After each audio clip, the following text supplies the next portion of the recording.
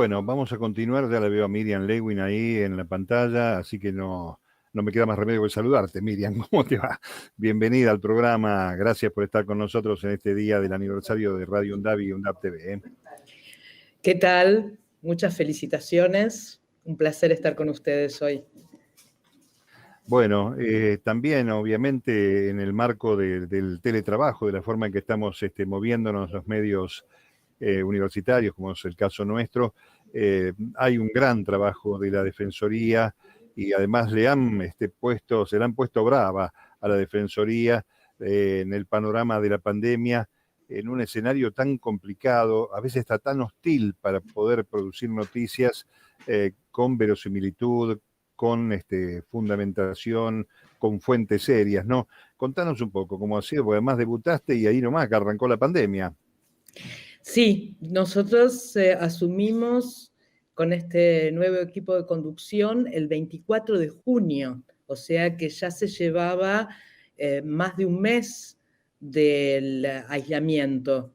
De manera que la mayoría de nuestras acciones, después de 4 años de acefalía e intervención de la Defensoría, fueron de manera virtual. Hubo un breve interregno en el que asumimos nuevamente la presencialidad, pero se cortó rápidamente con estas nuevas medidas en medio de la segunda ola. Y fue un desafío para nosotros visibilizar la Defensoría, porque durante la época macrista las intenciones, más que estar alineadas con esa vocación de la Defensoría de ampliar el derecho a la comunicación, fueron en sentido contrario, fueron en sentido de recortar derechos, de limitar atribuciones, y fue realmente una experiencia muy enriquecedora ponernos en contacto con trabajadores y trabajadoras de la Defensoría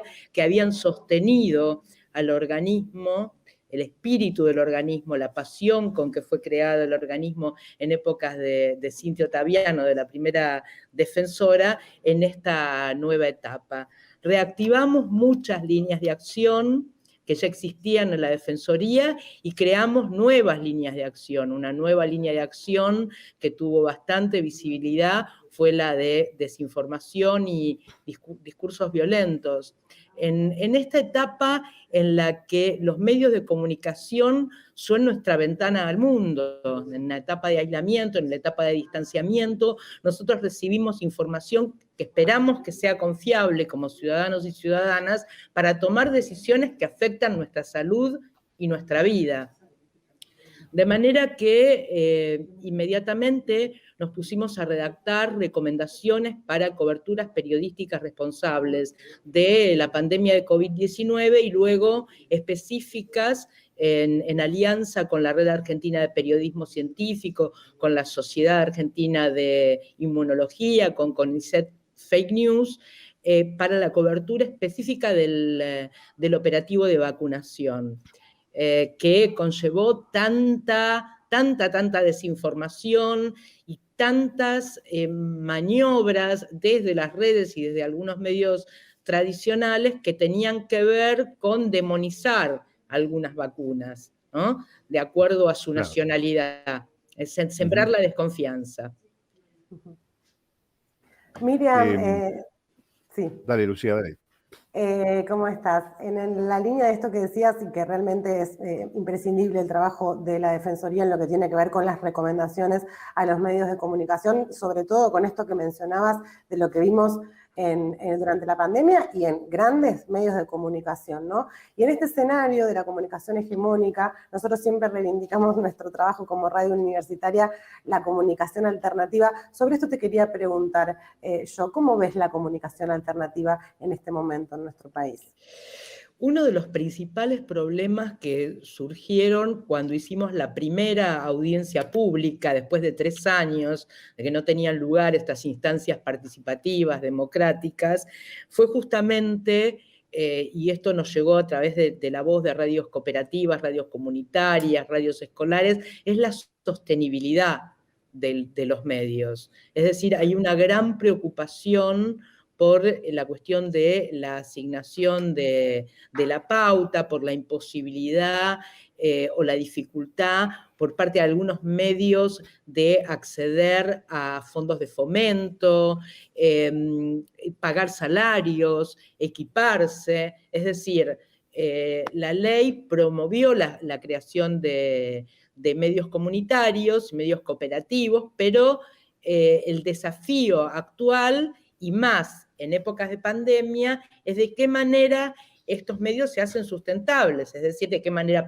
pagan salarios, de qué manera funcionan como debe funcionar un medio de comunicación y no se mancan en el trayecto. Este es uno de los principales desafíos, es decir, no solamente promover la pluralidad de voces mediante la creación de medios de estas características, de estas iniciativas, sino garantizar que sobrevivan en el tiempo. Sí, sobre todo, bueno, sí, Mario. Adelante, seguía No, quería la importancia de todo esto que dice Miriam para que efectivamente el discurso de los medios de comunicación alternativos, sobre eso le quería pedir una valoración, la importancia de nuestro discurso en el marco de la circulación del discurso, no solamente a nivel país, sino a nivel mundial, de grandes empresas de medios de comunicación.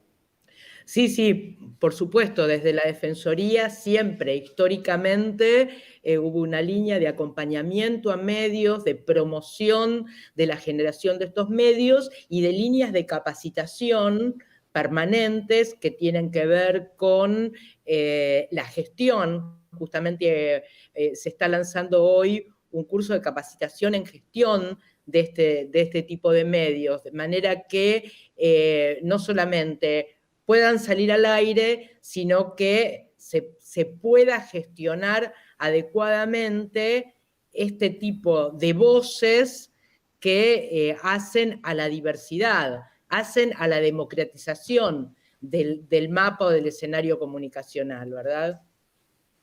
Sí, y además, bueno, más allá de la función y la gestión, le pregunto a la colega, a la periodista, compañera, qué periodismo estamos haciendo, ¿no?, en la República Argentina respecto de una situación inusitada, extraordinaria como es la de una pandemia, ¿no? ¿Con qué perspectiva estamos viendo esa realidad global, a veces con mucha liviandad, ¿no? Lo que está ocurriendo también, Mario, y esto hay que tenerlo en cuenta, es una suerte de vertiginosa precarización, que ya venía desde el 880, ¿no? La figura de los colaboradores, esas redacciones que para hacerse sostenibles, esta era la excusa de las empresas, tenían que ser muy reducidas y recurrían a colaboradores. En mi época, cuando yo empecé a hacer periodismo en el 85, un colaborador era un especialista al que se recurría cuando se quería publicar una opinión sobre determinada temática, ¿no? Es decir, podía ser una nutricionista, un científico, no sé, un deportólogo, deportóloga, pero a partir del año 85, 87, yo diría,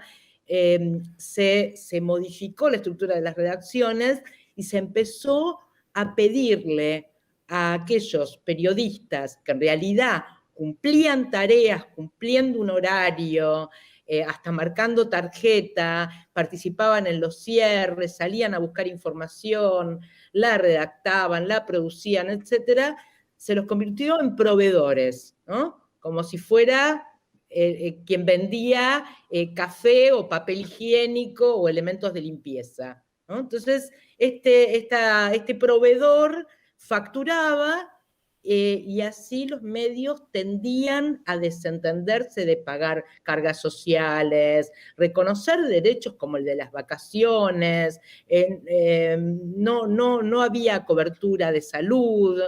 Bueno, la verdad es que esta circunstancia, este trabajo precarizado, encubierto, es la forma en que se manejan buena parte de las redacciones del país.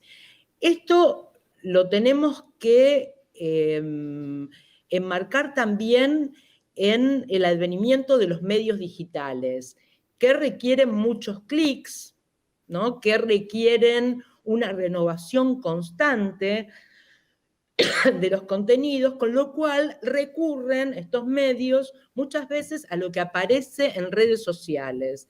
Y lo que aparece en redes sociales, esas redes sociales que cuando surgieron fueron, y no hay que desconocer que en algunas ocasiones cumplieron un rol positivo, convocatoria a marchas, a reclamos, etcétera, etcétera. Pasó, por ejemplo, en nuestro país con el Ni Una Menos, en Chile con las protestas de hace un par de años, esas convocatorias tan masivas que no tenían origen en ninguna voz determinada, sino que eran un reclamo arrollador, ¿no? En el caso del Ni Una Menos, un grupo de periodistas que dijo que había que salir a la calle para reclamar políticas contra los femicidios, contra la violencia de género, y ahí salieron cientos de miles de personas. Pero tienen un costado oscuro porque amparados en el anonimato, muchas de estas cuentas que en algunas ocasiones no tienen ni siquiera un ser humano detrás,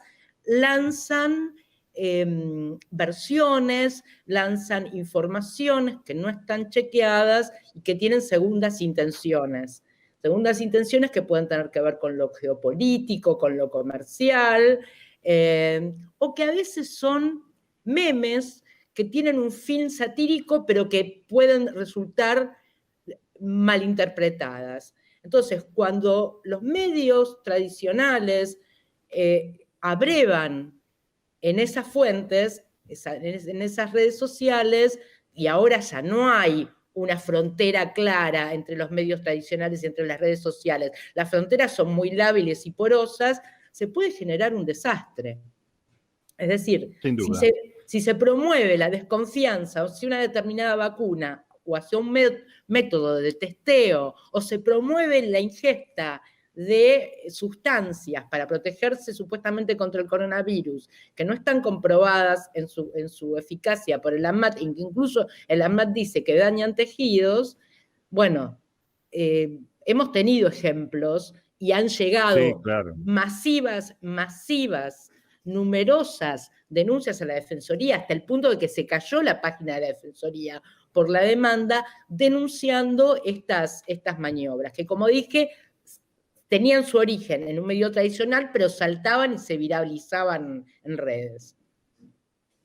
Está claro. Bueno, yo quiero agradecerte mucho este momento con nuestro programa doble para UNDAP TV y para Radio UNDAP por este aniversario nuestro, y agradecer el laburo y el esfuerzo que está haciendo la Defensoría, y como siempre digo, lo hice en épocas de Cintia, te lo digo a vos también, es un espaldarazo, un apoyo constante y permanente para saber por dónde tenemos que circular, porque es muy fácil caer en la trampa de las redes. Hemos escuchado anuncios de muertes de personas que salieron después a desmentir su propia muerte. Hemos llegado a un extremo tal de cosas extrañas en las redes que si no fuera por la Defensoría y ese soporte fundamental, el trabajo y la investigación, estaría bastante más complicada la cosa.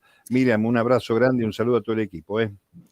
Bueno, los dejo y sigan trabajando, que lo hacen muy bien. Felicitaciones. Beso grande. Miriam Lewin, la defensora del público de la Nación, charlando con nosotros. Brevísima pausa y ya seguimos.